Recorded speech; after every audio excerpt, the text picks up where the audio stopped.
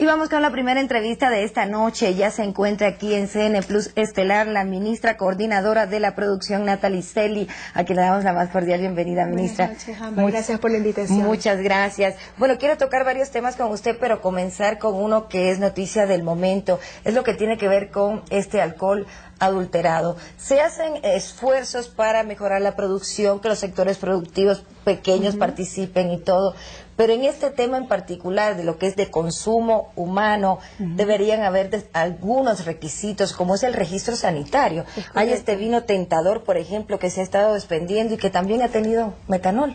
Bueno, yo creo que esto es muy importante, es un trabajo que tenemos que realizarlo con corresponsabilidad con la ciudadanía. En primer lugar, quisiera decirle mi inmensa solidaridad con las familias de los fallecidos. Creo que de esta tragedia todos tenemos que aprender y es importante la corresponsabilidad y la práctica ciudadana de exigir el registro sanitario de lo que se compra para beber y para alimentarse, para las dos cosas. Yo creo que aquí tenemos una gran lección y fíjese usted en la reforma que planteamos al ministro de Salud en el tema del registro sanitario, y esto yo lo he dicho en anteriores ocasiones.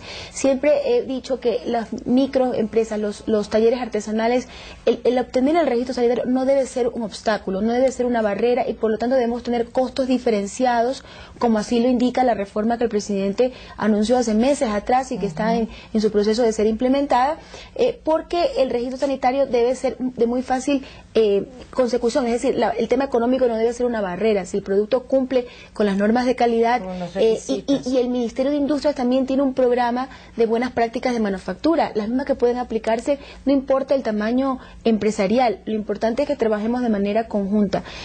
Los artesanos en obtener estos registros sanitarios, en tener buenas prácticas de manufactura, para que tengamos productos de calidad, y la ciudadanía también con responsabilidad. La ciudadanía tiene que exigir los registros sanitarios y abstenerse de tomar o de alimentarse de aquellos alimentos o bebidas que no tienen el debido respaldo porque sanitario. Ciertamente nosotros nunca miramos así, ni la fecha de caducidad a veces se mira peor al registro sanitario. Son dos sanitario, cosas que debemos tener muy buena costumbre, y creo que es oportuno que hagamos también una campaña de concientización. Usted ha mencionado, y efectivamente es así, no solamente debemos fijarnos en el registro sanitario, sino en la fecha de caducidad de los productos que consumimos. Pero sí se van a implementar más requisitos o más control en el sentido de que se cumpla con esto. Es que el control no soluciona el problema. El problema se soluciona cuando los artesanos tienen menos barreras de acceso para poder obtener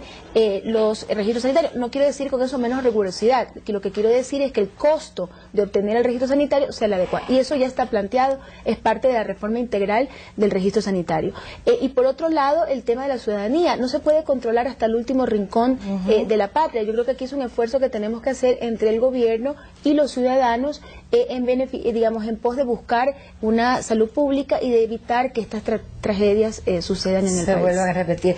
Ministra, en otro tema, hace una semana estuvo aquí en este mismo espacio el presidente del directorio del Banco Central, Diego Borja, para contarnos el crecimiento económico en el primer trimestre, más del 8%. Y lo interesante es que el sector no petrolero, digamos que está casi que al mismo nivel que el sector petrolero, lo que no era tradicional. ¿Qué papel ha tenido ahí el sector productivo, todos estos programas de incentivo a la producción? Bueno, yo creo que encontramos que el crecimiento del sector no petrolero, que es del 8.2%, el crecimiento del PIB en total es del 8.6% para el primer trimestre, en lo que nosotros, los economistas, llamamos T-4, que es decir, la comparación con el semestre anterior, porque la economía tiene unos ciclos y es muy importante comparar trimestre a trimestre, pero también y que mide el ritmo del crecimiento, que es el trimestre anterior, es 1.8, es decir, estamos creciendo de manera sostenida, como lo hemos venido afirmando, y en incremento, es decir, el ritmo se mantiene en buena dimensión. ¿Qué genera el crecimiento de ese PIB no petrolero? 4 sectores, Ámbar, que son los servicios, y sobre todo tenemos ahí el tema turístico y todos los servicios que demandan las empresas. En segundo lugar, la construcción. En tercer lugar, la manufactura. Y en cuarto lugar, el comercio. Todos ellos crecen, no importa en qué medida usted tome, si es comparado con el trimestre anterior o con el trimestre, digamos, del año anterior, del mismo trimestre del año anterior.